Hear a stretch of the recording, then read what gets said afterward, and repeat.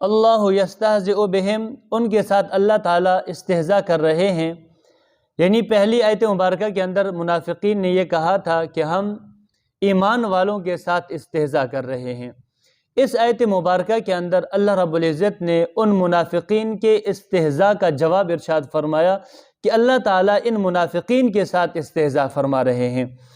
تو اللہ تعالیٰ کا استہزاء دنیا کے اندر یہ ہے کہ اللہ تعالیٰ ان کو خوب مال و دولت عطا فرماتے ہیں، خوب دنیا کی فراوانی عطا فرماتے ہیں کہ جس فراوانی کے اندر وہ مغرور ہو کر کے جو ہے وہ اتنے مست ہو جائیں کہ اللہ تعالیٰ فوراً ہی اپنی گرفت میں اور اپنے عذاب میں ان کو پکڑ لے۔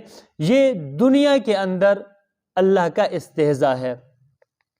اور آخرت کے اندر جو استہزاء ہے، حضرت ابن عباس رضی اللہ تعالیٰ عنہ سے منقول ہے کہ قیامت کے دن ان کے لیے جنت کا ایک دروازہ کھولا جائے گا، جب وہ اس دروازے تک پہنچیں گے تو وہ فوراً بند کر دیا جائے گا۔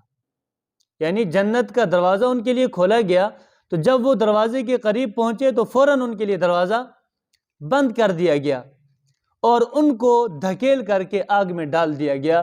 یہ ان کے لیے آخرت کا مذاق ہے کہ جب ان کے ساتھ اس طرح کیا جائے گا اور جہنم میں پھینکا جائے گا تو جو اہل جنت ہیں یہ ان کی اس حالت کو دیکھ کر ہنسیں گے۔ یہ استہزاء قیامت کے دن کا استہزاء ہے۔ وَيَمُدُّهُمْ فِي طُغْيَانِهِمْ يَعْمَهُونَ، اور انہیں ڈھیل دی جا رہی ہے جس سے وہ اپنی سرکشی میں بھٹک رہے ہیں۔